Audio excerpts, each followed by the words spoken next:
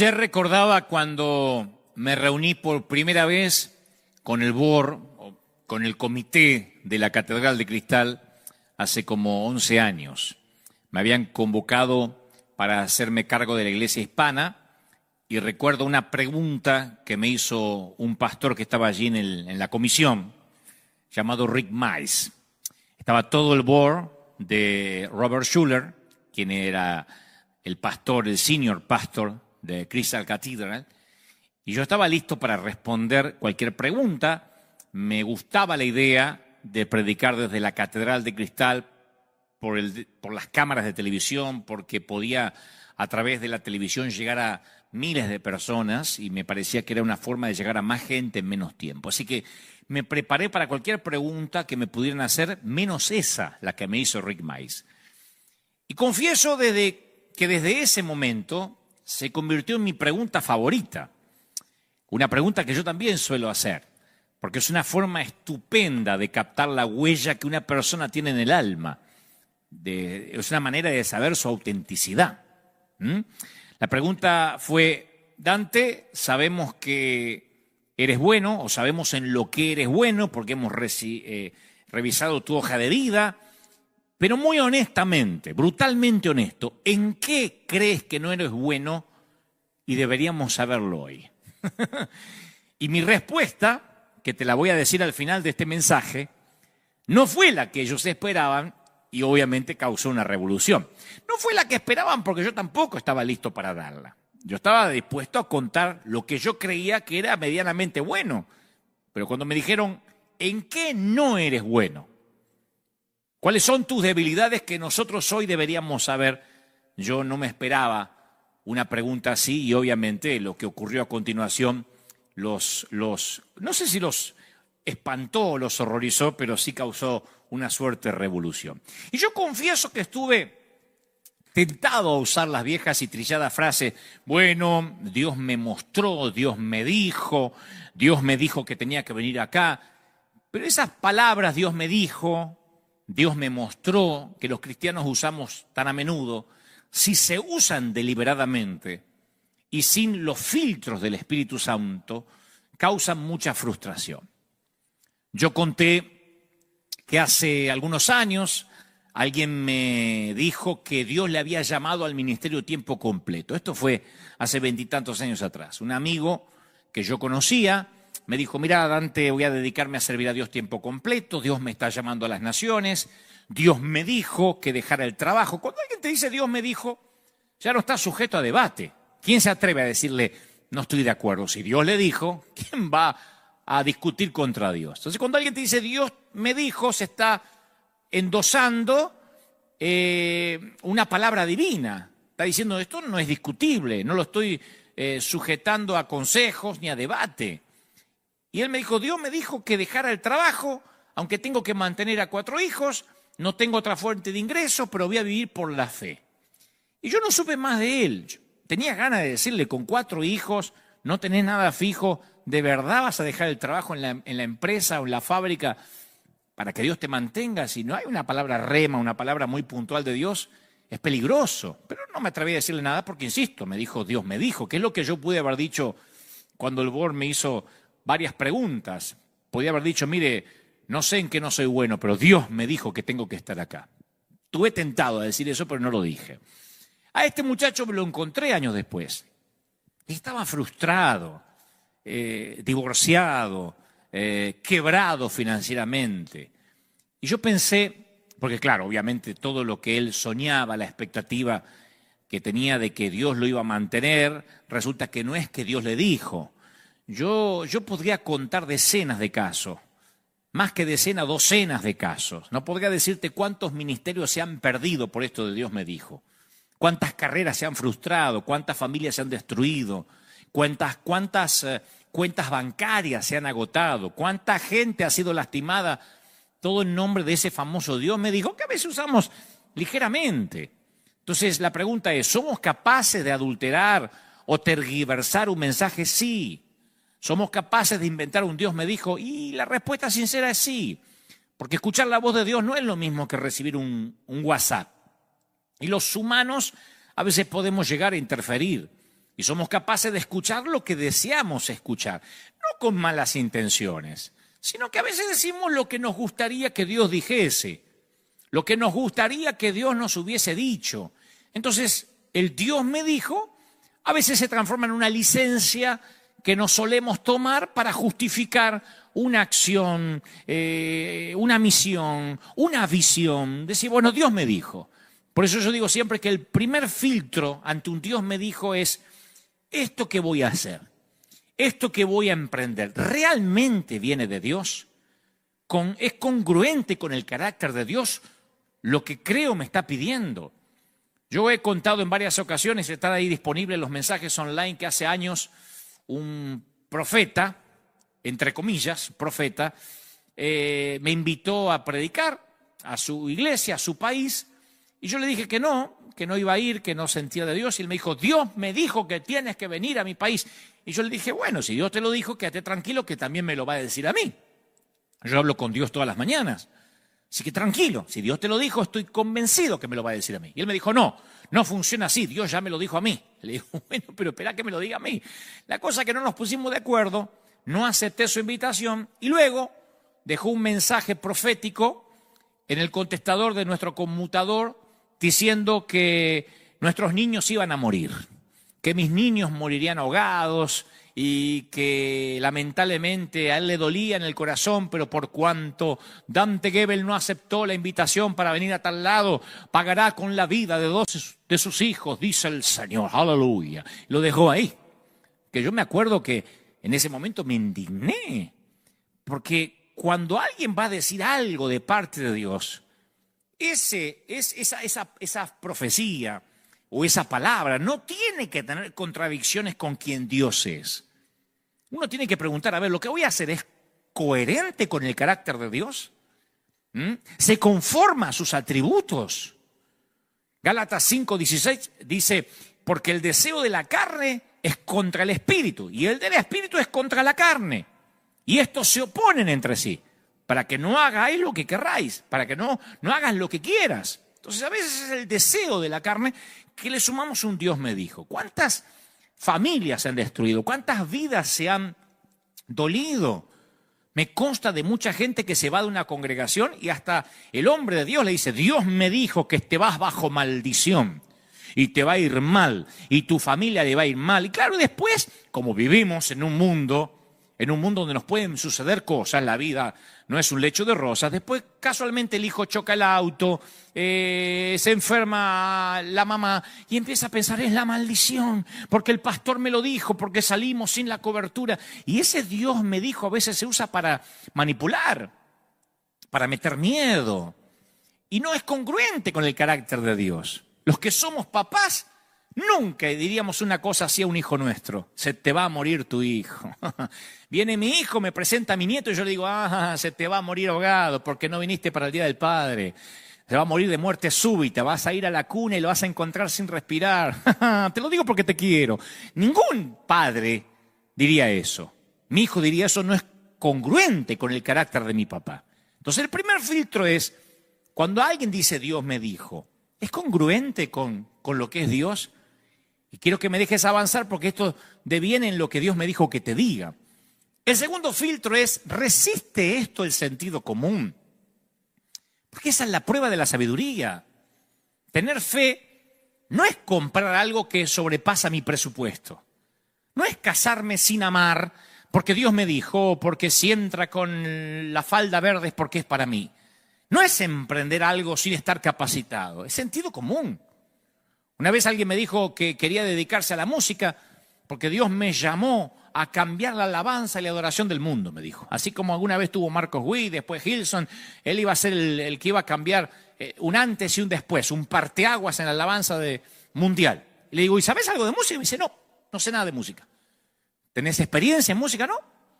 ¿Cantás por lo menos cuando te bañás? No, me dice. Entonces, ¿cómo Dios te va a llamar a incursionar en un campo ajeno por completo a tu carácter, a tu educación, a tu formación, a tu experiencia? Y es ahí cuando decimos que a menos que Él trate con tu carácter, con tu educación, con tu formación y tu experiencia, no te va a usar. No podemos tomarnos del versículo es que Dios usa burros y piedra. Sí, Dios usa burro y piedra, pero no te dejarías operar a corazón abierto por un burro.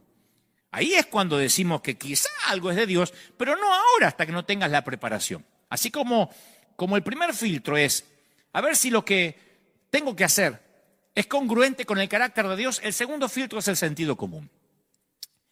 Y en esta misma línea de pensamiento yo quiero dejar claro esto. ¿Por qué hago esta introducción? Porque la Biblia es bien explícita respecto al pecado.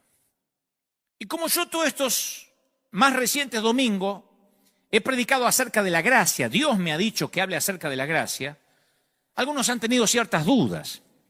Y me dicen, bueno, pero ¿esto qué significa? ¿Que uno puede hacer cualquier cosa y Dios siempre te perdona? No es tan lineal la cosa. Tenemos un decálogo de lo que Dios prohíbe y eso no está sujeto a debate. El aborto es un asesinato, punto. La Biblia dice, no matarás. No podemos hablar de que, bueno, sí, pero si no institucionalizamos el aborto, las mamás mueren en los centros clandestinos de aborto. No podemos buscarle explicaciones a lo que es sencillito, no matarás, punto. Entonces, hay un decálogo que no resiste análisis. Así que yo no voy a hablar de lo que ya está en las Escrituras, sino que quiero hablar hoy de esas cositas o de esas decisiones que caen en el medio de ambos extremos. ¿Qué hay de aquellas cosas que la Biblia hace silencio y no sabemos si estamos haciendo mal o bien? Déjenme avanzar porque todo esto termina en algo que el Señor puso en mi corazón. Ahora volvemos a esto de los filtros. Romanos 14:5 dice, hay personas que hacen diferencia entre día y día. Otro juzga iguales todos los días. Cada uno está plenamente convencido en su propia mente. El que hace caso del día, lo hace para el Señor, o como para el Señor. O como para el Señor no lo hace. El que come para el Señor, come, porque da gracias a Dios. Y el que no come para el Señor, no come, porque da gracias a Dios. Parece un juego de palabras, pero tiene sentido. Hay de los que dicen, para mí tomar vino es un pecado horrible. Como el otro día dijiste, hay que brindar con una copita de vino mendocino, eso es pecado mortal. Otros dicen que la Coca-Cola es el peor demonio. Otros creen que hay ciertos personajes satánicos como los Simpson o cualquier cosa de Disney o mirar Netflix, eso es satánico. En mis tiempos, cuando yo era pibe, muchacho, el fútbol era un pecado mortal. Era correr tras la cabeza de Satanás. Era 22 tipos pateando la cabeza del demonio, se decía así. El que miraba fútbol no podía tomar Santa Cena, quedaba excluido de la comunión de la iglesia. La vestimenta era otro tema importantísimo. Algunos ministros hoy hasta predican en short, en chanclas. Casi es un tema cultural. A mí me gusta estar un poquito más elegante, pero es un tema cultural. Otros la música, tienen un tema con la música. ¿Qué género es pecaminoso? ¿Qué música es secular? ¿Qué música es cristiana? Si el rock lo inventó el diablo, lo inventó Dios. Entonces Romanos 14:22, Pablo le escribe a Roma y dice, ¿tienes tu fe? O sea, ¿tienes tus convicciones? Tenla para contigo, delante de Dios. No se la impongas a otros. Bienaventurado el que no se condena a sí mismo en lo que aprueba.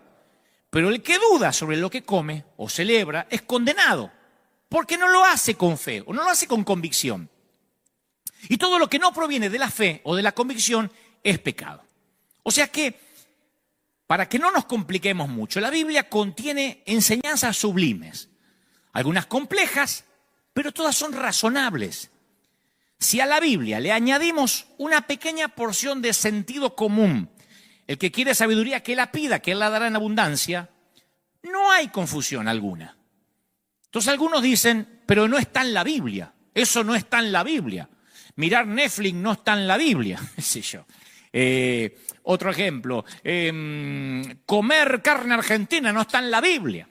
Y ahí surgen un montón de frases. La Biblia no habla de la Navidad. Cuando llega el tiempo de Nochebuena y Navidad, se arman unos debates. La Biblia no habla de la Navidad. Y no puede estar todo en la Biblia. Más vale que la Biblia no dice a ciencia cierta cuándo nació Jesús. Pero como digo siempre, está bueno que el mundo occidental se ponga de acuerdo en una fecha. Como cuando adoptas un niño huérfano y no tienes la partida de nacimiento, no tienes la fecha en que nació, pero no por eso le vas a negar un cumpleaños. Se calcula más o menos cuándo pudo haber nacido el niño y se le festeja un cumpleaños con un pastelito, con una torta. Pero ese no es el día que nació, sí, pero no se le priva de celebrar el cumpleaños. Entonces uno dice, bueno, no sabemos si nació Cristo en junio, en octubre, están todos, pero es pagana la fecha, pero nos ponemos de acuerdo en recordar que un día nació Jesús, sea en diciembre o en julio. Todo no puede estar en la Biblia. La Biblia dice que también Jesús hizo muchas cosas, de las cuales si se escribieran una por una, ni aun en el mundo cabrían los libros que se habrían de escribir, dice Juan 21:25. En la Biblia no hay un texto sobre las drogas, no hay ni un solo texto sobre el tabaco.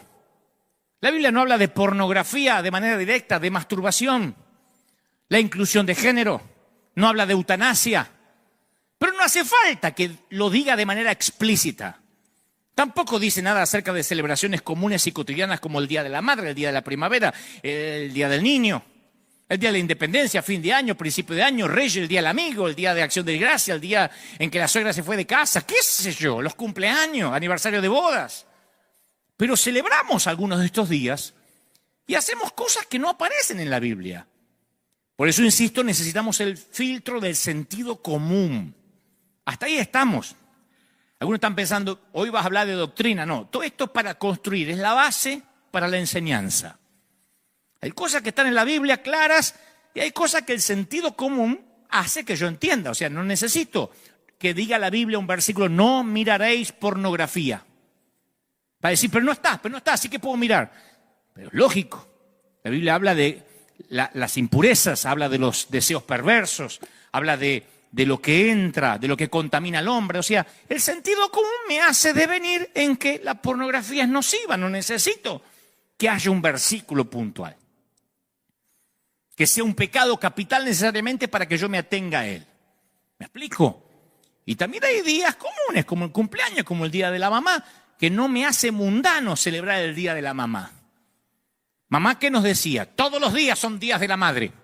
Acordate todos los días de obedecerme y yo voy a ser feliz. Pero le encantaba el regalito al Día de la Mamá y no por eso nos agarraba un demonio. O sea, no podemos transformarnos en legalistas de qué está ahí, qué no está ahí y no movernos de manera lineal. Esta es la base de la enseñanza. Ciertas leyes levíticas eran necesarias en Israel porque eran un pueblo de esclavos.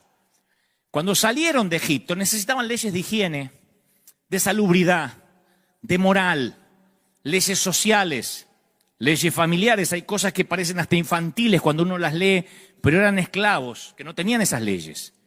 Leyes de convivencia. Esas leyes ceremoniales hasta se consideraba a la mujer que tenía su periodo femenino como inmunda y debía apartarse de la casa, de la cama, a donde se sentaba quedaba inmundo, quedaba contaminado. Era una cuestión de higiene. No había los implementos que hoy las mujeres pueden contar de higiene, de asepsia. Entonces, el Señor hasta les enseñó a cómo vivir en ese periodo del desierto, cómo cuidarse de alimentos que les podían hacer mal. Hoy decir esto de una dama es una ofensa. Pero siempre es más fácil confeccionar una lista de reglas. Tomar la Biblia literal y ahí nace el legalismo. Como dijimos estos domingos, cumple las reglas, eres espiritual. No cumple las reglas, eres carnal. Entonces no podemos decir, ahora retomo lo que dije al principio, me dijo Dios, porque así está en la palabra y esto no cambia, de manera literal. Porque para eso Dios nos da varios filtros. No podemos decir, Dios me dijo, acá lo dice y esa es la única verdad. Sí, técnicamente esta es la verdad, pero también aquí habla Satanás. Cuando le dice, si postrado me adorares, esas son palabras de Satanás y están en la Biblia. Aquí hay gente que duda, aquí hay gente que maldice. Si yo tomo la Biblia de manera natural, de manera lineal, significa de que a veces puedo tener hasta licencia de hacer algo incorrecto si no lo hago a través del filtro del Espíritu Santo. El primer filtro es, ¿realmente esto viene de Dios? Lo decíamos recién, ¿esto es congruente con el carácter de Dios? ¿Dios va a decir que se te mueran tus hijos porque no aceptaste una invitación? El segundo filtro es, ¿resiste el sentido común? Dios me va a pedir que yo me lance por fe y deje un trabajo. Dios me va a pedir que abandone una empresa para dedicarme a vivir por fe y que me mantengan y vivir de las ofrendas. No digo que eso necesariamente esté mal, pero realmente Dios va a pedir, si tienes que pagar una cuota el mes que viene, que dejes de pagar. Hay un sentido común, no es falta de fe. Otro filtro, esto me conviene. Todas las cosas me son lícitas, pero no todas me conviene, dice 1 Corintios 6:12. El término griego para conviene es para mi ventaja. Si algo no me da ventaja en mi vida espiritual, no me conviene. Entonces, mi vida espiritual se reforzará tomando esta decisión. ¿Esta decisión va a fomentar mi integridad? ¿Es conveniente para mi crecimiento, para mi santidad? Otro filtro, ¿esto me edifica? ¿Le agrega un ladrillo a mi pared? Todo me es lícito, pero no todo edifica. La palabra griega edifica se traduce construir una casa. Hacer esto incrementará mi estabilidad espiritual, me dará mayor madurez y solidez. ¿Te das cuenta que es sencillo entender las Escrituras? No es solamente, pastor, ¿qué se puede hacer? ¿Hasta dónde puedo tocar a mi novia? ¿Puedo jugar en el casino? ¿Hasta cuánto me puedo emborrachar? No es qué puedo y qué no puedo, es sentido común, son filtros. Hágase todo para edificación, dice 1 Corintios 14:26. Hágase todo para edificación. Cuando armas tu vida sin pensar en edificar un carácter, construyes una casa deforme, amorfa, sin arquitectura, sin planos, sin proyectos, sin terminación fina. Otro filtro, el quinto, esto me atrasa en la carrera. Si yo estoy corriendo para ganar el premio, como decía el apóstol, esta decisión me va a atrasar. El escritor a los Hebreos dice, despojándonos de todo peso y del pecado que nos asedia, corramos la carrera que tenemos por delante, puesto los ojos en Jesús. Despojémonos de todo peso y de pecado. Yo no me había dado cuenta que aquí el escritor hace énfasis en que una cosa es el peso y otra cosa es el pecado.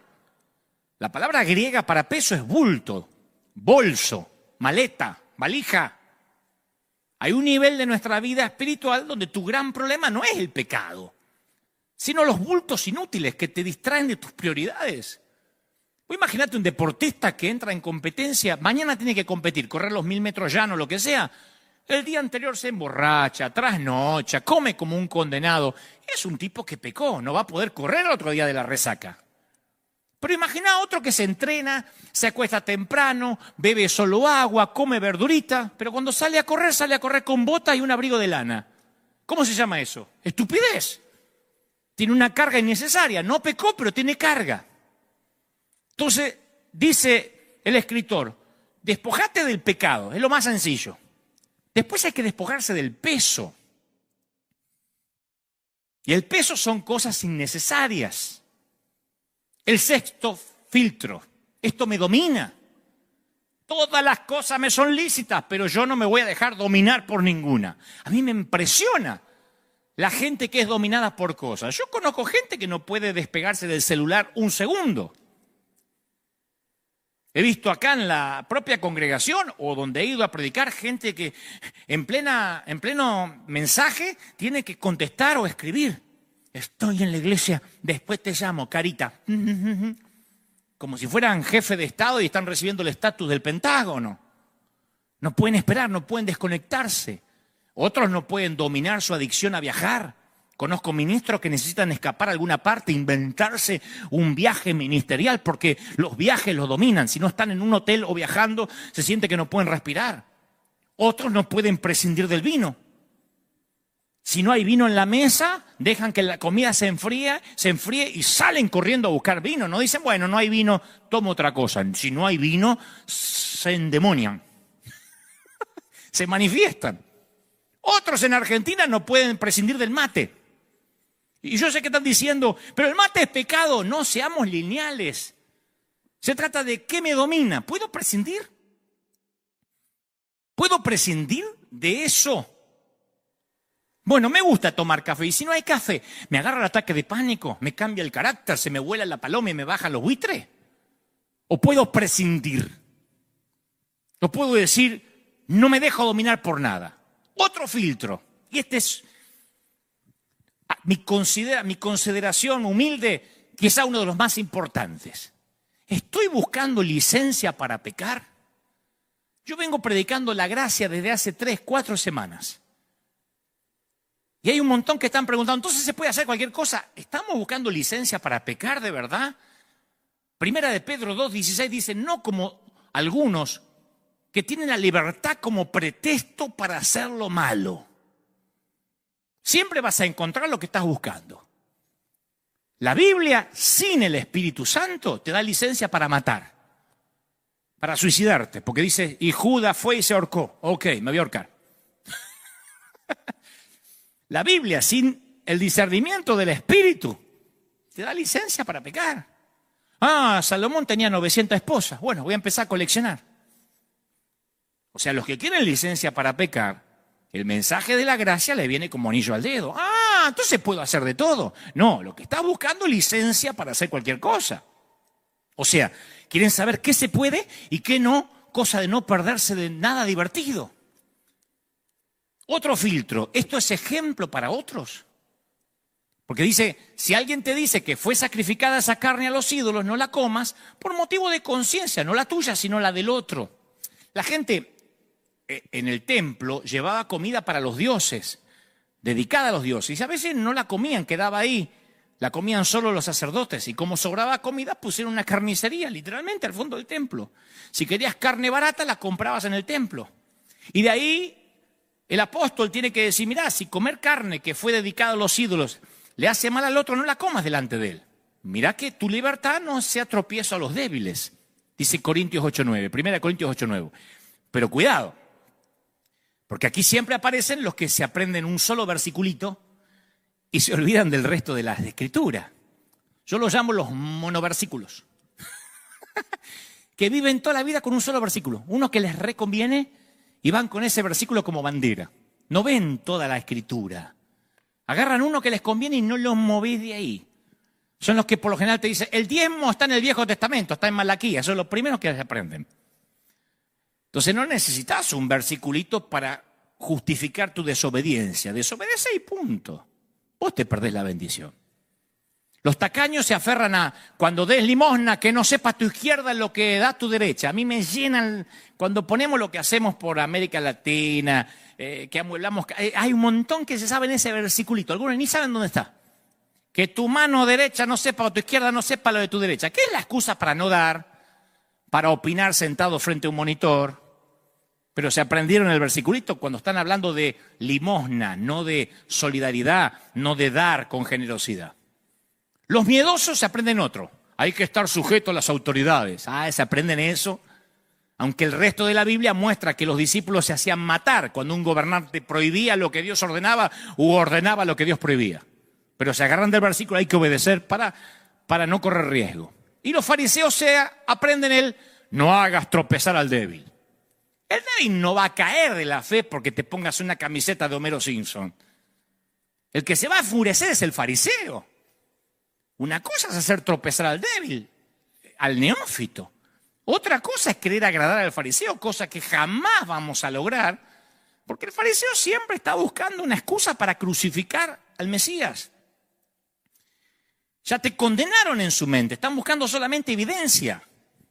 Necesitan tirar su piedra diaria antes de irse a dormir. ¿Me explico? Ahora sí, al meollo de este mensaje. Pero si yo no hago toda esta introducción y pongo esta base, después surgen las preguntas. Pero no dice la Biblia, pero no dice Romanos, pero no dice Hebreos. Por eso esto es necesario, con esta base, esto es lo que queremos construir y considero Dios me dijo que te diga. Con esta base, no sé si doctrinal, pero escritural, Biblia pura. La ley ceremonial de Levítico prohibía comer carne de varios animales por ser catalogados animales inmundos. Entonces un día Pedro tiene una visión. Hechos 10, literalmente Hechos 10, dice que tuvo gran hambre Pedro y quiso comer. Y mientras le preparaban algo, andá a saber si le preparaban un asado argentino con chinchulines, con choricito, qué sé yo, le sobrevino un éxtasis. Y entonces ve un cielo abierto, Pedro, y vio que descendía algo semejante a un gran lienzo, como una sábana. Atado en las 4 puntas, era bajado a la tierra. Una sábana, un lienzo. Cuando lo mira, se da cuenta que arriba de la sábana había cuadrúpedos terrestres, reptiles y aves del cielo. Y le vino una voz y le dice: levántate, Pedro, mata y come. ¿Tenés hambre? Ahí tenés. Y Pedro dijo: no, de ninguna manera. Yo no como cosa inmunda, ni la he comido jamás. Pedro era un estricto guardador de esas ordenanzas. Volvió la voz a Pedro, la segunda vez. Lo que Dios limpió, no lo llames común.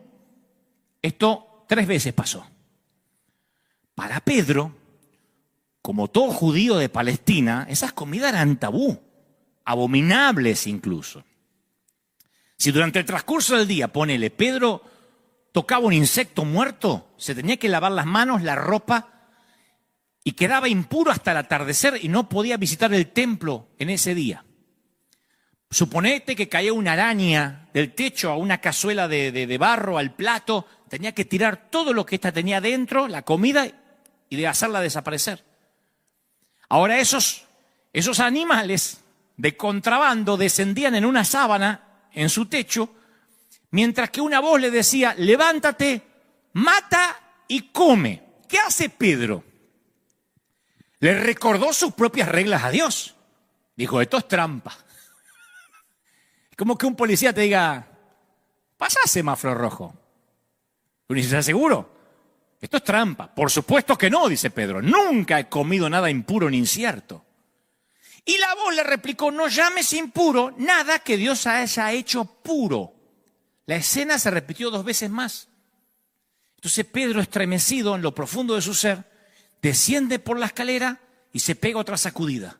Un grupo de gentiles inmundos que querían unirse al grupo de seguidores de Jesús.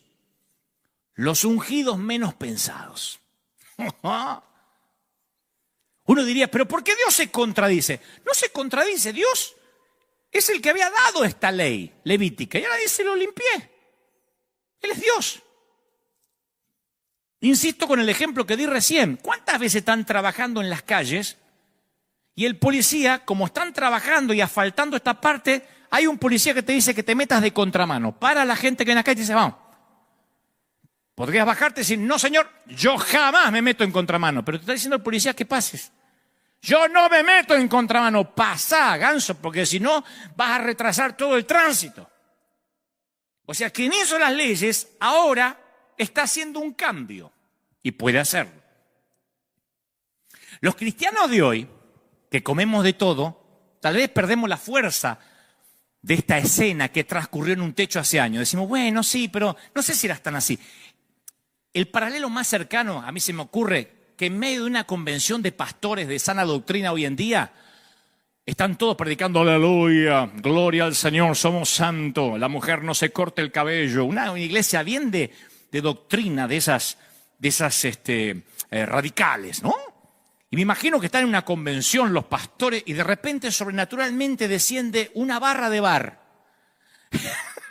Es un ejemplo, no diga aleluya, los que están buscando licencia para pecar. Es un ejemplo, desciende una barra de bar y hay una voz del cielo que dice a los astemios: beban, a chupar, dice el Señor. ¿Cómo? ¿Qué diría la gente? ¿Qué dirían los pastores? ¡No! Jamás hemos bebido. Y esa es la reacción de Pedro. Por supuesto que no, Señor. Ese es el tipo de convicción que tenía Pedro contra las comidas impuras. Me dijo: me estás haciendo una trampa. ¿Dónde está la cámara oculta? En cuanto agarre uno de estos bichos, me quita el apostolado. Cuando Pedro, bajo presión, acepta visitar la casa de un centurión romano, se presenta a sí mismo diciendo: ustedes saben qué abominable es para un varón judío juntarse con un extranjero. Abominable. Él estaba haciendo esa concesión después de que perdió la discusión con Dios en el techo de la casa. Y Pedro después continúa: pero bueno, tragando saliva, pero bueno, Dios me mostró que que a ningún hombre hay que llamarlo común o inmundo, porque entendió la metáfora. Se estaba produciendo una revolución de la gracia. Una revolución que apenas Pedro comprendía. Y los fariseos habían establecido normas precisas para permanecer limpio. Nunca entrar a la casa de un gentil, nunca comer con pecadores, no hacer trabajo alguno en sábado, lavarse la mano 7 veces antes de comer. Y cuando se empieza a correr el rumor de que Jesús podría ser el Mesías tan esperado, los judíos estaban escandalizados. No solo eso, Jesús había pasado deliberadamente a territorio gentil. Había hablado y se había relacionado con gentiles. Había elogiado a un centurión romano por tener más fe que nadie en Israel, ¿te imaginas? Este centurión tiene más fe que todos los judíos. Los liquidó. Se ofreció a entrar en la casa del centurión para sanar a su siervo.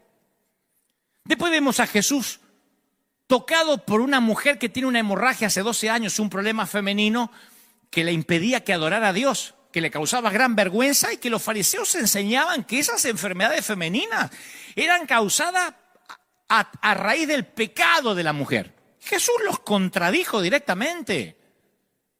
Desde aquel lugar Jesús se dirige al hogar de un gobernante de la sinagoga cuya hija acababa de morir. O sea que ya estaba inmundo porque lo había tocado una mujer con flujo. Y ahora inmundo como estaba, entra a una recámara y toca un cadáver. Diríamos en Argentina, sobre llovido mojado. Las leyes de Levítico protegían contra el contagio. El contacto con una persona enferma, con un gentil, con un cadáver, con ciertos tipos de animales. Incluso el moho, los hongos podían contaminar a una persona. Y Jesús revirtió el proceso. En lugar de contaminarse, Él fue el que afectaba positivamente a la otra persona. Y fue mucho más allá. Le dio ministerios a los inmundos. ¡Oh, oh! Comisionó al ungido menos pensado. Y ahora me voy a detener por lo menos en 2. Toda la semana, bueno, no toda la semana, cuando publiqué el título decían, va a hablar de David, va a hablar de quién es el ungido menos pensado. Voy a hablar de 2 que el Señor ungió, 2 inmundos para los ojos de todos. ¿Y por qué hice toda esta introducción al principio de Dios me dijo cuáles son los filtros? Porque la Biblia no la podemos tomar de manera lateral sin el filtro del sentido común. Si esto me edifica, si esto me retrasa en la carrera, si esto resiste el carácter de Dios, si esto pasa por el sentido común, porque si no, no hay manera de entender este mensaje.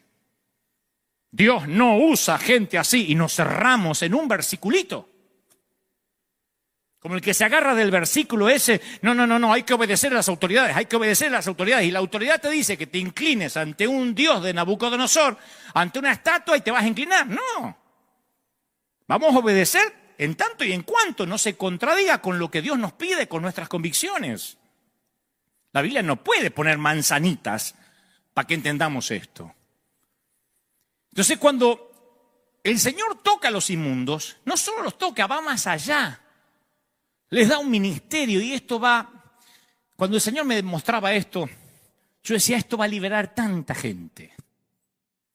Porque yo sé que muchos dicen, está bien, yo me siento perdonado, me siento que la gracia me alcanza, pero no puedo servir a Dios. Yo no puedo predicar, yo no puedo hacer nada. Me escribió alguien el otro día que dijo, yo podría salir a repartir comida, pero me siento inmundo para repartir comida. Le digo, ¿qué vas a hacer? ¿Lavarte la mano 7 veces?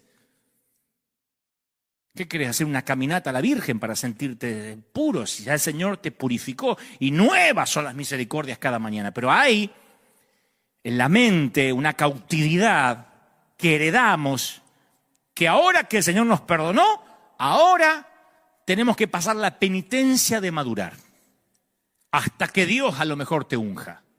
Una cosa es la salvación, otra cosa es el ministerio, la comisión.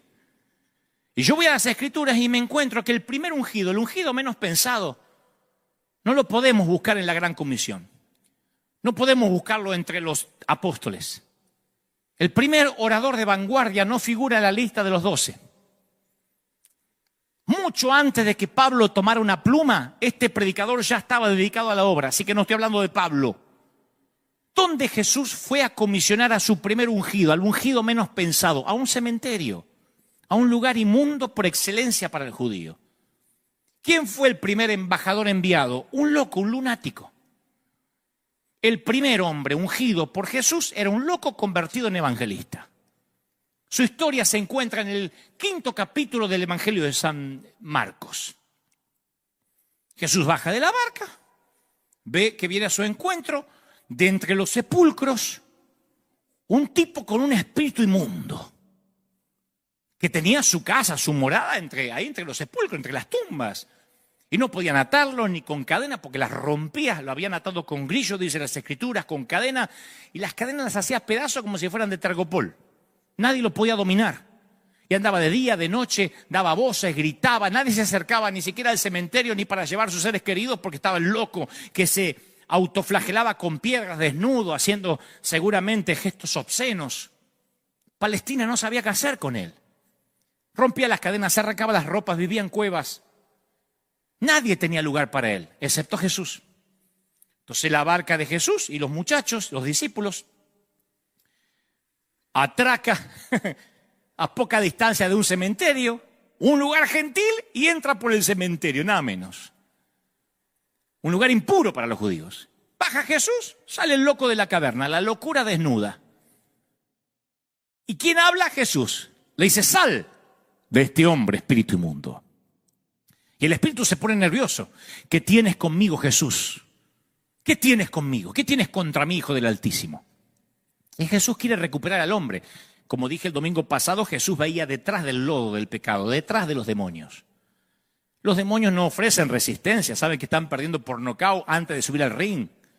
Cuando Dios ordena, los demonios solo tienen una respuesta, rogar, suplicar. Le rogaban que no los enviase lejos de esa región. Se sentían más seguros metiéndose en unos cerdos, en un hato de cerdos. Así que en presencia de Dios, los demonios prefieren meterse en los cerdos. Jesús se lo permite, 2000 cerdos caen por un despeñadero al mar. Los cerdos poseídos por los demonios se suicidan. Y en ese cementerio surge un discípulo, el ungido menos pensado. Imagínate la cara de los muchachos, de los discípulos. Porque él está bien, libera al loco, pero no lo comisiones, no lo unja, porque eso sí no lo va a tolerar la gente. Los que apacentaban cerdos corrieron a la ciudad, primero porque se quedaron sin cerdos, y dijeron lo que habían visto. Entonces la gente va al lugar para comprobar lo que los cuidadores de cerdos habían contado. Vienen a Jesús y ven al que había sido atormentado por el demonio, que todo el mundo conocía al loco, que ahora estaba sentado, el que había tenido la legión de demonios, sentado, vestido, en su juicio cabal. Y tuvieron miedo los tipos cuando lo vieron sentado, cuando lo vieron que estaba bien, y comenzaron a rogarle a Jesús que por favor se fuera de sus contornos. Entonces quiero que entiendas esto. Si no conoces la historia estás pensando, ¿vos me estás diciendo, Dante, que la gente le rogó a Jesús que se fuera después de semejante milagro? Sí. ¿Que en lugar de agradecerle lo echaron? ¿Y qué hace que la gente prefiera cerdos y endemoniados en lugar de la presencia de Dios? Lo mismo que lleva que una iglesia prefiera la religión y la ley antes que la libertad y la gracia. ¿Qué conduce a una nación a preferir la esclavitud antes que la libertad?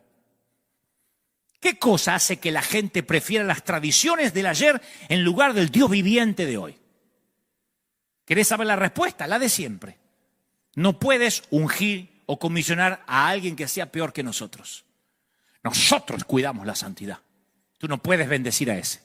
Tú no puedes pagarle al obrero de la 1ª hora lo mismo que a nosotros que trabajamos desde la mañana. ¿Se dan cuenta? Es un patrón. La gente de Gadara echó a Jesús. Y como Jesús nunca va donde no lo invitan, vuelve a entrar a la barca y se va.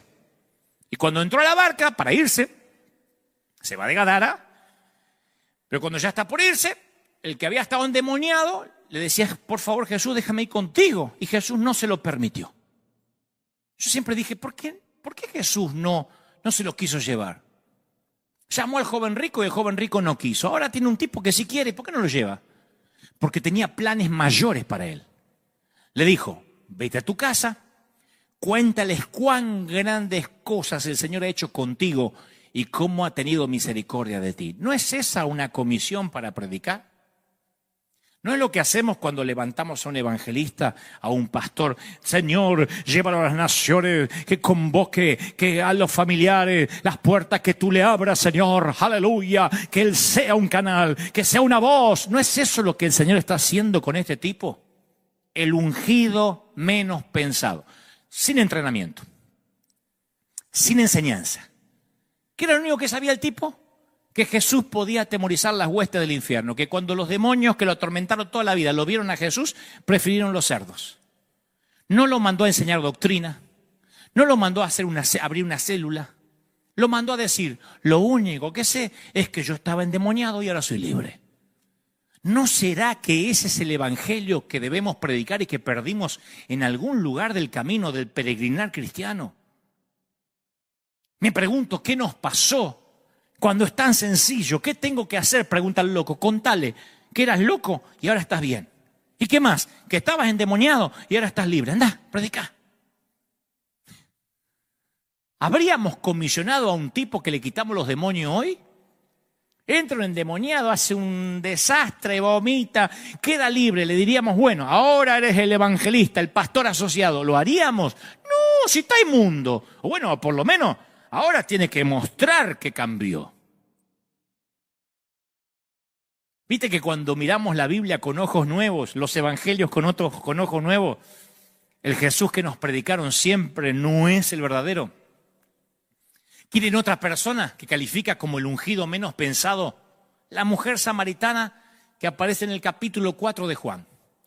Si se trata de inmoralidad, esta mujer es una profesional. De todas las personas que tropezaron con el Hijo de Dios, tenía que ser una mujer la que tuviera un pasado que mostraba que estaba más lejos de Dios que nadie.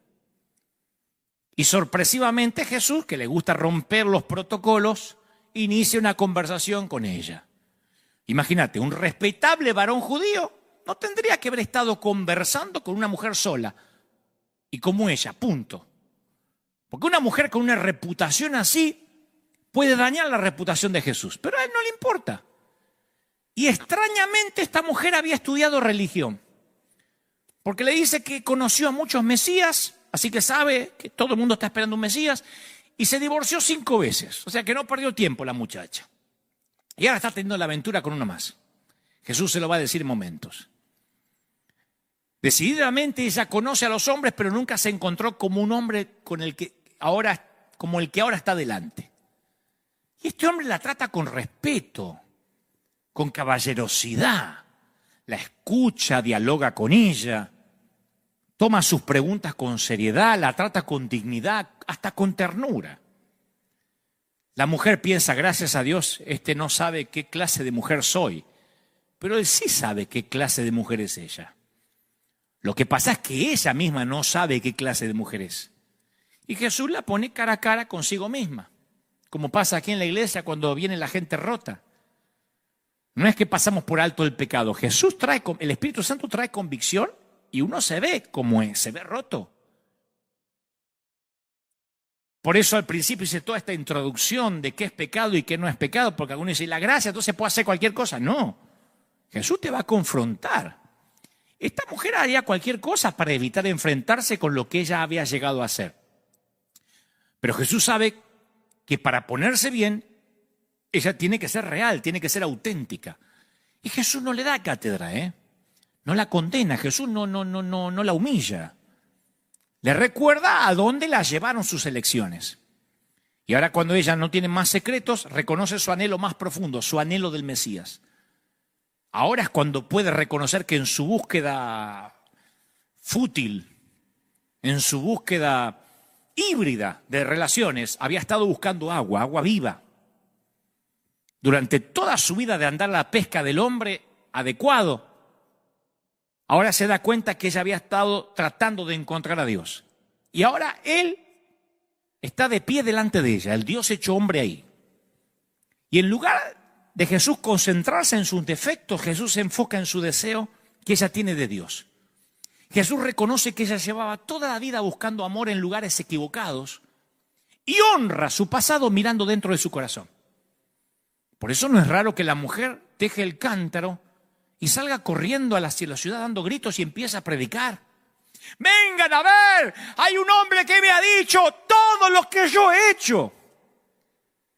¿No estaba avergonzada de su pasado? No, ya no. Lo único que esta mujer es capaz de pensar es en su futuro. Una mujer que toda la vida fue definida por su pasado, ahora es definida por su presente. Su pasado embarrado, lleno de errores, atiborrado de pecado que la condujo hacia ese hombre que no se parece a nadie. Y ella quiere que todos conozcan a ese hombre que acaba de hablar con ella. Porque la mujer que estaba junto al pozo tenía todo en contra. Si miramos su vida, cualquiera la consideraría como no redimible, no salvable, no enseñable e inmunda. ¿No me creen?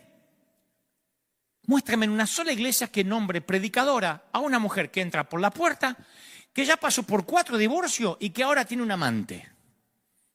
Y pasa al altar, se arrepiente y el pastor le dice, muchacha, usted va a ser una pastora, que usted va a ser una predicadora, una profeta. ¿Con ese pasado? Está bien, Dios te perdonó, pero nosotros no. Está bien Lázaro que haya resucitado, pero las vendas no te las vamos a sacar tan rápido. No es que simplemente cometió alguna falta, sino que vivió una vida de errores. Y la Biblia dice que ella llega al pozo cerca del mediodía, porque las mujeres respetables lo hacen a la mañana temprano. Ella entiende que no tiene que hacer nada que haría una mujer respetable. Jesús la respeta. Jesús no ve lo que ven todos los demás en ella. Porque para Jesús, esta mujer es salvable, enseñable y redimible. Y comisionable. Existe el término, lo acabo de inventar, comisionable. Es una ungida no esperada, menos esperada. La larga cadena de errores de esta mujer está a punto de cortarse. Y Jesús ve su deseo presente, lo cual hace irrelevante su pasado. El deseo presente hace que el pasado sea irrelevante. Lo que esta mujer espera del Mesías es una crítica larga, una conferencia que le dice por qué hiciste, por qué no lo pensaste, y en cambio lo que recibe es compasión, suavidad, amabilidad y ternura. Y ahora presta atención porque aquí tenemos a otra ungida menos pensada. Y estos son los detalles que tal vez se te pasaron por alto como a mí. Después de su conversación con Jesús, la mujer del pozo está empezando a comenzar una nueva manera de vivir, totalmente nueva, nadie duda de eso, pero ninguno de los hechos en su vida han cambiado todavía. O sea, sigue siendo una divorciada varias veces, 5 veces, y por lo pronto sigue teniendo un amante. Sé que están pensando, pero seguro salió de allí y le pegó una patada al amante. La Biblia no da luz qué pasó. Creemos que sí, que tomó una resolución. Pero convengamos que su reputación continúa siendo un desastre. Varias veces Jesús le dijo a la gente que no hablaran acerca de su encuentro con él. Pero con esta mujer no fue así. Su fe tiene minutos de vida. Su fe apenas tiene minutos de vida. Y ya se transformó en una evangelista. Ya tiene una influencia enorme sobre la comunidad. ¿Y qué es lo que dice ella? No mucho. Como el gadareno. Vengan a ver a un hombre que me ha dicho todo lo que yo he hecho. Esa es su prédica. En la ciudad todos saben lo que hizo esta mujer. Pueblo chico, infierno grande, decía mi mamá. Lo que ella dice no llama la atención. Pero que ella hable públicamente de su pasado vergonzoso causa impacto. Sus palabras son pocas y son aparentemente insignificantes, pero que lo diga es muy significativo. Significa que ya no siente carga, que no siente vergüenza. Lo que en realidad está diciendo es, yo sé que ustedes saben quién soy. Soy la loquita robamaridos. Soy aquella que todas desconfían. La que se contornea con minifalda a la hora de la siesta. Pero yo conocí a alguien que me liberó de mi pasado, de mi reputación. Y ya no soy la persona que ustedes piensan que soy. ¿Me oyeron, vieja chusma? No soy la persona que ustedes decían que soy. Y las que estaban ahí con la escoba doblada, parada en la vereda, dice, ay, mira vos. Sí, ya no soy rehén de mis errores, soy libre. Y nada cambió. Pero a la vez todo ha cambiado.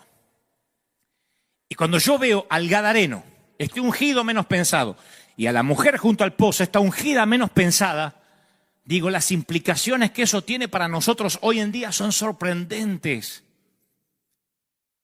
Aquellos de nosotros que queremos apartarnos de nuestro pasado, podemos comenzar ahora mismo una nueva vida, aunque todavía nada haya cambiado. Sé que esto va a producir urticaria, por eso hice toda la introducción del inicio, pero quiero liberarte con esto. No tienes que esperar a ser maduro. No tienes que diezmar 2 años seguidos, ni tener un líder de célula. No tienes que irte a otra ciudad para empezar de nuevo. No tienes que apartarte de los mundanos y dar fruto. Simplemente emprendemos el camino, comenzamos, damos los primeros pasos, nos bamboleamos, caminamos con inseguridad hacia la vida espiritual, aun cuando todavía no lo hacemos bien.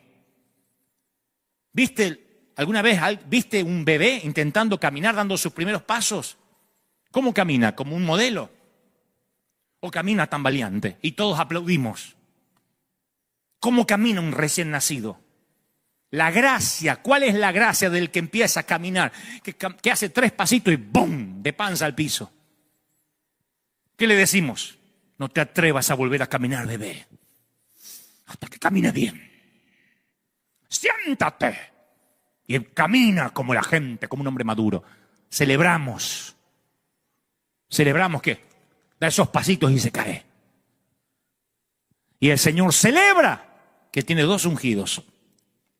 Uno allá en las costas de Gadara y una mujer en Samaria, dando gritos. No le creas a los que te dicen que ellos solos son los ungidos y que tú tienes que llegar a un nivel para ser como ellos. Son embusteros. Porque el gadareno y la samaritana fueron los ungidos menos pensados y los primeros predicadores de este evangelio. Yo conozco acerca de estas conspiraciones de la gracia. Yo conozco de estas locuras. Porque cuando llegué a la Catedral de Cristal, Ricky Mais me miró y me preguntó, ¿en qué no eres bueno? ¿Cuál es la mayor debilidad tuya que deberíamos conocer? Y como dije al principio de este mensaje, yo no esperaba esa pregunta, toda menos esa. Y al principio, confieso, como también lo dije, quise quedar espiritual. Iba a decir, Dios me dijo que este es mi lugar. Y con eso cerrar todo posible debate, toda discusión. O pude haber disfrazado la respuesta de falsa modestia, diciendo, bueno, mi debilidad es que soy un adicto al trabajo. Soy muy exigente, esa es mi debilidad.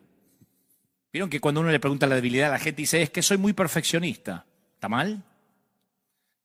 Es que soy demasiado obsesivo con la excelencia, esa es mi debilidad. Hay gente que hasta cree que tiene debilidades lindas. Pero para ser honesto, mi falta de entrenamiento como ministro en ese entonces, el que nunca había ido a un seminario, era lo que no quería decirles. La Catedral de Cristal pedía 7, 8 reconocimientos mínimo para ser pastor. Recuerdo que cuando íbamos camino a esa reunión, por el campus, iba conmigo Juan Carlos Ortiz, el pastor fundador de la iglesia hispana, de esta iglesia hispana, ¿no? Y hoy pastor nuestro honorífico, que por supuesto nos mira todos los domingos y te mando un gran saludo. Recibí tu carta ayer, escrita a mano. Y entonces me dice Juan Carlos, voy a hacer con su voz. Para el que no lo conoce, él habla así. Él habla siempre como si fuera un actor de teatro, ¿no? Y me dice, Dante, ¿trajiste tu certificado de ministro? Digo, no tengo. ¿No tenés un cursito bíblico, aunque sea? ¿No fuiste a ningún seminario? No. ¿Y a un instituto bíblico local? Menos. Che, escúchame, ¿fuiste aunque sea a la escuelita dominical? Muy poco. No había. Pero tenés una lectura formal de la Biblia. Y la he leído, sí. No sé qué se llama la lectura formal. Bueno, esperemos que no te pidan nada de eso. Me dice medio resignado, como diciendo, a quién estoy recomendando? Me acechaba mi pasado, mi falta de educación formal, ¿no? Y tal como dijo Ortiz, en esa reunión no me pidieron ningún diploma. Pero la pregunta esa, ¿en qué crees que no eres bueno?, me obligaba a responder algo y no sé qué sucedió. Decidí ser honesto. Creo que fue mi primer vestigio de autenticidad brutal. Cometí un sincericidio. Le dije, señores, no creo que tenga lo que hace falta para ser el pastor que ustedes están buscando. Ahora que me preguntas esto, Rick, creo que tienen al tipo equivocado. Ortiz me miraba como diciendo, no es eso lo que tenías que decir. Le digo, mire, no tengo los estudios teológicos necesarios. Es más, no soy capaz de encontrar demasiado rápido Ageo en mi propia Biblia. Busca Ageo y no te lo encuentro rápido. Yo solo soy un simple muchacho del sur, de allá. Y Dios me trajo hasta aquí y por providencia divina hasta la fecha me prestó los oídos de la gente, más específicamente de los jóvenes. Todos un silencio sepulcral ahí en la mesa y de repente se abre la puerta y entra Robert Schuller, senior pastor de Crystal Cathedral. Schuller era alto, era como ver entrar a John Wayne. Era un tipo, ¿saben quién era John Wayne? Algunos muchachos no saben, pero de mi tiempo sí, altísimo. Parecía un actor de Hollywood, bronceado, gigantesco. Hi, my friend. Me saluda. Hola, mi amigo. Y yo le digo, hi, con mi único inglés. Hi. Nice to meet you. Hasta ahí llegaba. Y me pregunta, arminiano o calvinista. Eso sí sabía, que los arminianos creen que la salvación se puede perder. Que uno es salvo, pero después uno tiene que hacer méritos para no perder esa salvación. Y los calvinistas afirman que el salvo es siempre salvo. Creen en la predestinación. Si estás anotado en el libro de la vida, punto, no se discute. Y no traten de hablar en su casa y decir ahora, bueno, pero entonces yo creo esto último. No, porque es una discusión que lleva 2000 y tantos de años y no lo vamos a resolver hoy en este servicio. Nada más estoy contando la experiencia. Schuller creía que uno nunca perdía la salvación. Su doctrina es calvinista. Salvo siempre salvo. Yo no voy a debatir eso ahora, solamente estoy contando la experiencia que viví.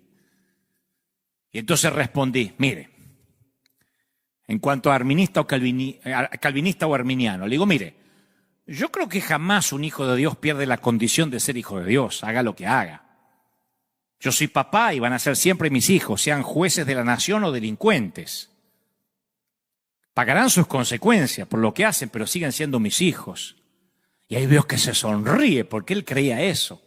Pero agrego, de igual modo yo cuido mi salvación con temor y temblor. Y todos hicieron silencio porque ahí estaba contradiciendo su doctrina. Y me pregunta, ¿por qué? Le digo, bueno, porque si llego al cielo y resulta que no había que cuidar la salvación, de igual modo no habré perdido nada por cuidarla. Si llego al cielo y resulta que no había que cuidarla, voy a decir, bueno, no perdí nada, entro. Pero si llego al cielo y resulta que me entero que sí había que cuidarla con temor y temblor, entonces lo voy a echar de menos a usted, lo voy a extrañar mucho. Y se hizo silencio, como en las películas. Esto lo teníamos que poner en la serie de Netflix. Se hizo silencio, así como en la película. Cuando todos están esperando a ver qué va a decir el jefe, se para Schuller y dice, contrátenlo. Y entonces uno de sus yernos le dice, porque había escuchado unos minutos antes que Schuller entrara a la habitación, había escuchado lo que yo dije, que no tenía preparación teológica y todo eso. Dice, es que no tiene las condiciones. Y Schuller da una frase que de algún modo me ayudó a ponerle título a este mensaje. Disparó lo que Dios me dijo que te dijera. Schuller, que actualmente está en la presencia del Señor, dice, sí, yo sé, es el hombre menos pensado para esta catedral. pero denle lo que Él les pida, lo quiero a bordo. A mí me gustó la frase y la atesoré. Él dijo, es el hombre menos pensado, solo cambia la primera palabra, el pastor menos pensado, el misionero menos pensado, el gadareno menos pensado, la samaritana menos pensada, el ungido menos pensado. Y un par de años después, cuando ya no existía la catedral y comenzaba River Church, las asambleas de Dios de Argentina me otorgarían las credenciales de ministro ordenado. Un año después lo harían las asambleas de Dios americana, hasta la fecha, cuya cobertura espiritual nos bendice. Entonces ahora tengo ambas credenciales, las de aquí y las de Argentina. En el 2019 la Escuela Superior de Teología de California me otorgaría el título de doctor honoris causa en divinidades. Y pensar que la vieja no lo pudo ver, le podría decir la vieja, como se decía antes, mi hijo el doctor. Cuento esto porque Dios es fiel, pues yo no pedí nada de eso, al cabo sigo siendo el mismo muchacho del sur, pero aún así sigo siendo otros de los ungidos menos pensados. Yo soy parte de ese grupo de gentiles inmundos a los que Dios santificó, que se unieron al grupo de seguidores de Jesús y que al principio Pablo tenía como algo que le producía asco, abominable. Somos parte del escuadrón de búsqueda, somos los reclutas menos pensados, somos los tipos equivocados en las misiones correctas. Por eso cuando me preguntan en una entrevista, ¿vos sos pastor? Siempre digo, no, yo estoy haciendo esa tarea momentáneamente. Y algunos me salen con que te avergonzás del evangelio. No, es que para ser pastor hace falta mucho más de lo que yo tengo. Más estudios teológicos, más doctrina correcta, más elocuencia. Hay que ser más ecuánime, hay que tener más años de experiencia, más actitudes clonadas de otros pastores, vestir diferente. No sé si los pastores se visten de negro. Se necesita ser menos raro, menos extravagante. Yo soy consciente de eso. Los pastores no andan diciendo por ahí que son artistas. Yo sí, porque dibujo, porque canto o intento, porque actúo, porque hago películas, porque me fascina y porque heredé el oficio del Padre, el mayor artista de los artistas. Pero los pastores no dicen eso. Así que me siento feliz de pertenecer al grupo de los ungidos menos pensados. Los que dicen, yo solo tengo para contar que era ciego y ahora veo. Yo solo tengo para decir, hey, yo también tengo algo para decir, tenía sed y ahora he bebido del agua de vida. Hey, no me dejen afuera. Yo estaba endemoniado y vivía en el cementerio y ahora soy libre. Y así desfilan todos los ungidos menos pensados. Hey. Yo llegué a la Catedral de Cristal sin hablar inglés, sin título, sin nada y me dijeron, está a bordo. Y seguramente tú estás detrás y el otro y el otro y el otro. Todos tenemos historias de gente que no debería recibir la misma paga de los obreros que trabajaron desde el amanecer. Pero ¿quién puede decir que la gracia es justa? ¿Desmedida? ¿Generosa? Sí. ¿Justa? No. Si fuera justa, tú no estarías allí. Y si crees que Dios es justo, mira a quién te está predicando. No importa cuánto hayamos crecido, todavía necesitamos crecer más. No importa cuán maduros seamos, nunca cesaremos de madurar. Voy a terminar con esto.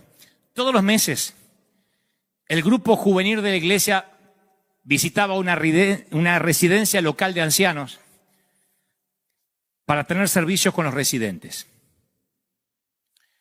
Voy a cambiar el nombre para no herir susceptibilidades. Marcelo, un voluntario mal dispuesto, eso que siempre están atravesados, que siempre traen problemas, estaba ahí en el grupo juvenil y detestaba los asilos de ancianos. Literalmente dijo una frase espantosa, no soporto el olor a viejo.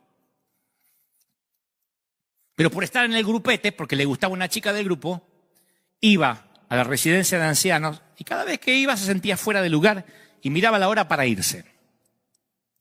Se solía recostar sobre la pared trasera mientras que la gente hacía el servicio, en medio de dos residentes de sillas de ruedas. Y la primera vez que fue, apenas terminó la reunión, Marcelo estaba pensando a dónde estaba la chica que le gustaba para irse más rápido, cuando alguien le tomó la mano de una de las sillas de ruedas. Mira hacia abajo y vio un hombre muy anciano, frágil, en la silla de ruedas. ¿Qué otra cosa pudo hacer Marcelo más que sostener la mano del anciano? No se la pudo quitar. La boca del hombre estaba abierta, su rostro no tenía expresión alguna, estaba así. Y le agarró de la mano. Y Marcelo no sabía si el hombre oía, veía, pero sí le tenía agarrada la mano. Así que él miró para un lado y para el otro, se inclinó al anciano y le dijo, perdón, pero me tengo que ir. Y el hombre no lo soltaba. Entonces él le dice, pero voy a volver, se lo prometo. Y ahí el viejito lo soltó. Marcelo quedó un poco choqueado con la experiencia y al mes siguiente volvió y al otro y al otro y al otro y al posterior. Y siempre pasaba lo mismo, se paraba en el fondo, el anciano de la silla de ruedas le agarraba la mano y no se la soltaba hasta que Marcelo le decía, perdón, pero me tengo que ir. En la sexta visita comenzó el culto y el anciano no había aparecido en su silla de ruedas. Entonces él preguntó a las enfermeras y lo llevaron a la habitación 27. Y el anciano estaba en la cama con los ojos cerrados y respirando con dificultad. Marcelo nunca había visto a alguien muriéndose, pero sabía que el anciano estaba cerca de irse. Y sabía que quizás no lo iba a volver a ver nunca más. Y él confesaría después, Marcelo, que tenía muchas cosas para decirle, pero no le salían las palabras. Y se quedó con el anciano como 1 hora, hasta que el director del grupo de jóvenes interrumpió para decir, nos tenemos que ir. Marcelo se puso de pie, apretó la mano del anciano por última vez y le dijo lo mismo, lo siento, perdón, pero me tengo que ir. Y cuando se dirigió hacia la puerta, tratando de recuperar su compostura, porque sabía que ese anciano ya no lo iba a encontrar vivo el mes siguiente, había una mujer parada en la puerta y casi la atropella. Le dice, uy, perdón, perdón. Y la muchacha dice, no, no te preocupes. Yo estaba esperando verte. Yo soy la nieta de Antonio. Oh, ni siquiera sabía su nombre, dijo Marcelo. La nieta le dijo, la muchacha dijo, ¿sabías que se está muriendo? Sí, ya sé. Bueno, quería conocerte. Cuando los médicos me dijeron que se estaba muriendo, yo vine rápido, dice la nieta. Dijeron que no podía hablar, pero ha estado hablando conmigo, no mucho, pero ha hablado. Y anoche se despertó. Me miró a los ojos y me dijo, por favor, dile a Jesús, a Dios, díselo por mí. Y mi abuelo cerró los ojos y se recostó. Y dice la chica, a mí me tomó por sorpresa. Y entonces me aclaré la garganta y le dije, abuelo, no hace falta que yo le diga adiós a Jesús, porque vas a estar con él pronto y lo vas a poder saludar. Y dice, y mi abuelo luchó para abrir los ojos de nuevo y me dice, con una claridad que hasta en este momento me acuerdo. Me dice, ya sé, hija, pero Jesús viene a verme todos los meses. Se para al lado de mi silla de ruedas, me toma de la mano y no quiero que yo me haya ido sin que él sepa. Quizás no sepa que me tengo que ir. Dile a Dios por mí. Cerró los ojos y no ha vuelto a hablar desde entonces. Dice la chica, yo le dije a la enfermera lo que me había dicho mi abuelo y ella me habló de ti, de vos, que venís todos los meses y tomás la mano de mi abuelo. Quería darte las gracias por él, por mí. Y bueno, nunca pensé que Jesús fuera como tú, con tatuajes raros, con aretes en las orejas, con ese pelo. Pero estoy seguro que Jesús está muy feliz que te hayan confundido con él. Y Antonio falleció en paz a la mañana siguiente.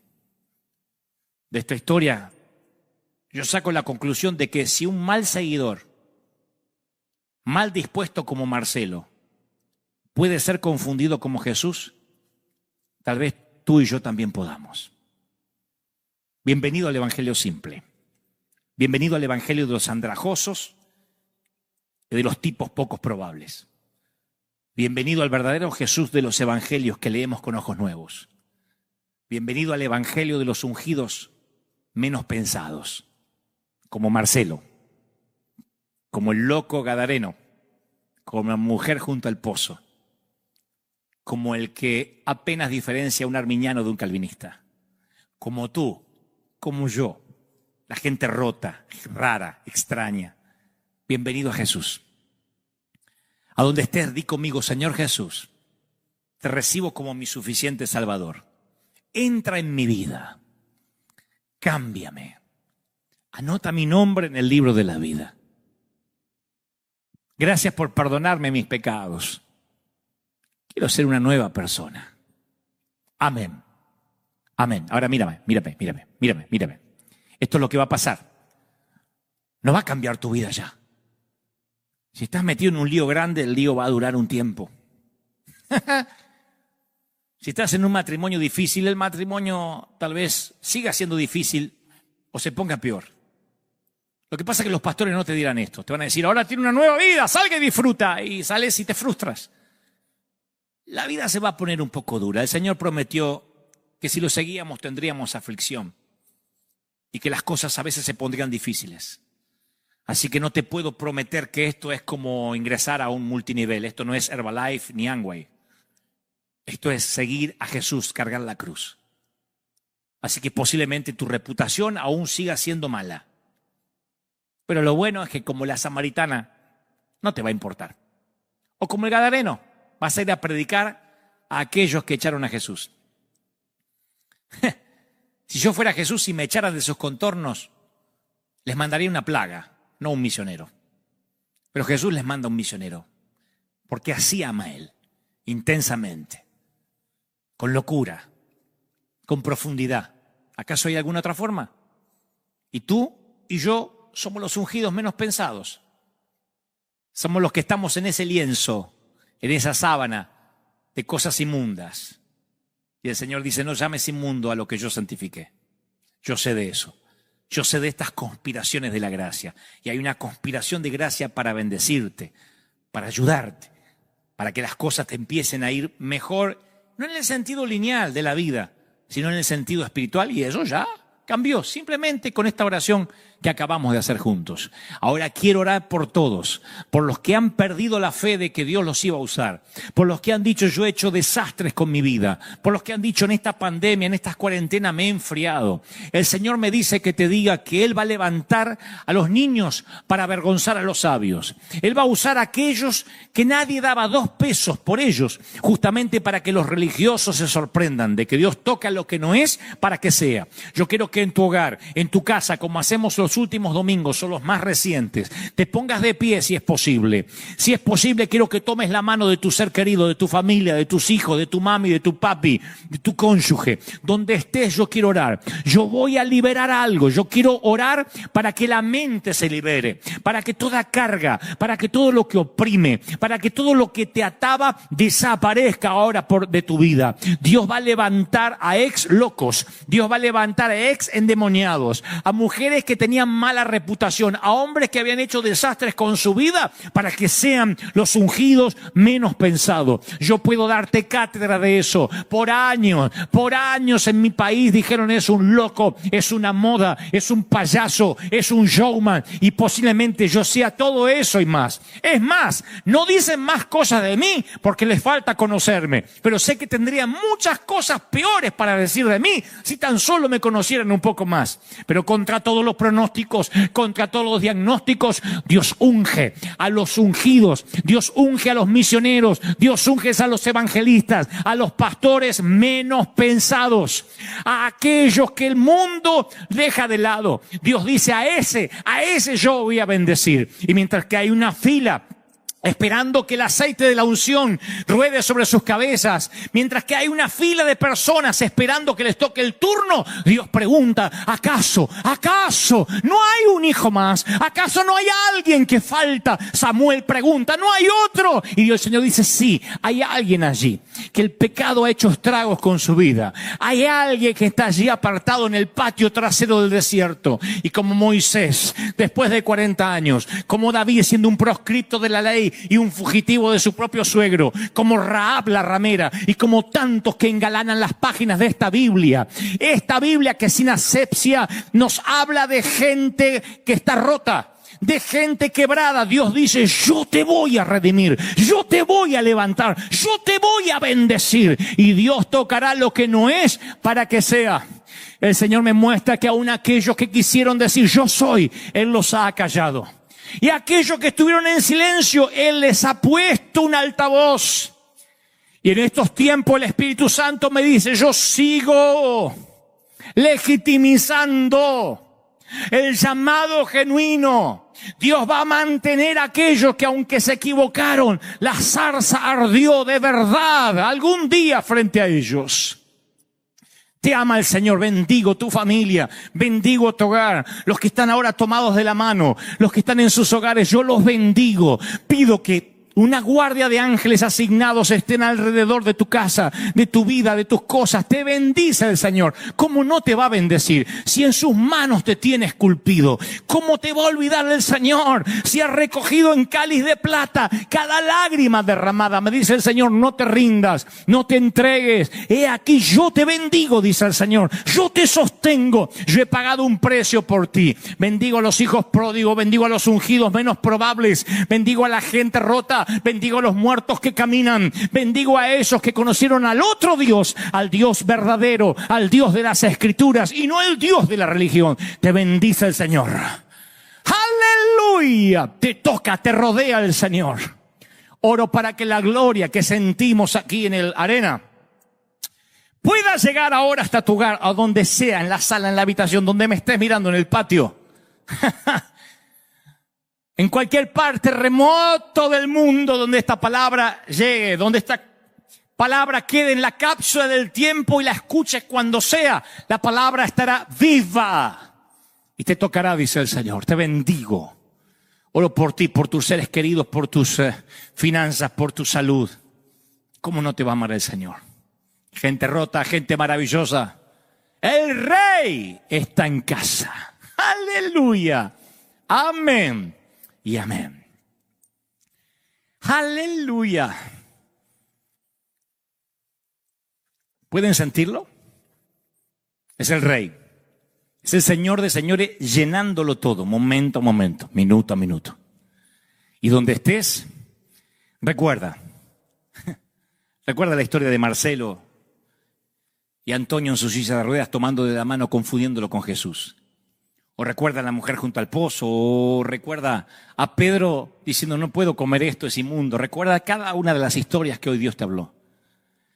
Principalmente esos momentos donde sientas que no eres nadie, que metiste la pata demasiado, que pecaste demasiado y hartaste a Dios. Te ama el Señor. Y este mensaje no es para los que buscaban licencia para pecar. Por eso hice la introducción y expliqué el sentido común, el Dios dijo, lo que la Biblia dice, para que entiendas el significado de la verdadera gracia y la verdad bien entendida. Que Dios te bendiga. Que Dios haga resplandecer su rostro sobre ti. Recuerden escribir a nuestro email si quieren aplicar para esta ayuda, esta tercera ayuda financiera que vamos a enviar a distintos países, esperemos a 15 o 18 países de nuestra América Latina. Ahí está otra vez el email, migente@riverarena.org. No hay guiones, nada raro, no hay barras. Mi gente, ahí está, migente@riverarena.org. Escriban ustedes a este correo y entonces ustedes envían la información que les dije hace un ratito, no los voy a aburrir de vuelta, y nosotros vamos a ver cómo podemos hacer para enviar esta ayuda a esas fundaciones que realmente lo necesitan y que queremos que salgan, que bendigan. No espere decir cuando esté santo, cuando esté mejor. Vamos, Dios te acaba de comisionar, eres el ungido menos pensado, el menos esperado.